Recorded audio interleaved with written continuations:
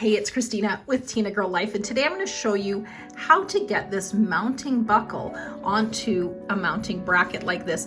You might have one like this that's just adhesive on the bottom or attached to something different. I just got this one in the mail today. It's a really cool one.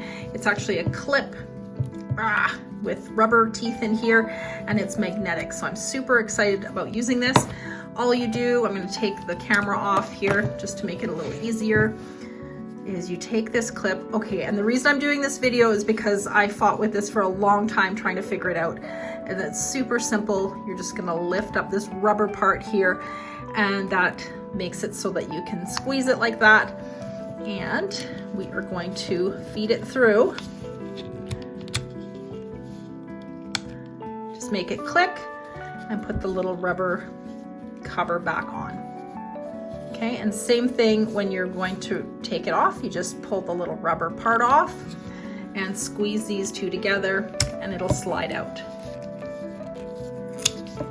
There you go, super easy. I hope that helped you out. Give my video a thumbs up if it did, and be sure to subscribe to my channel so you won't miss out on any of my upcoming videos. Thanks for watching.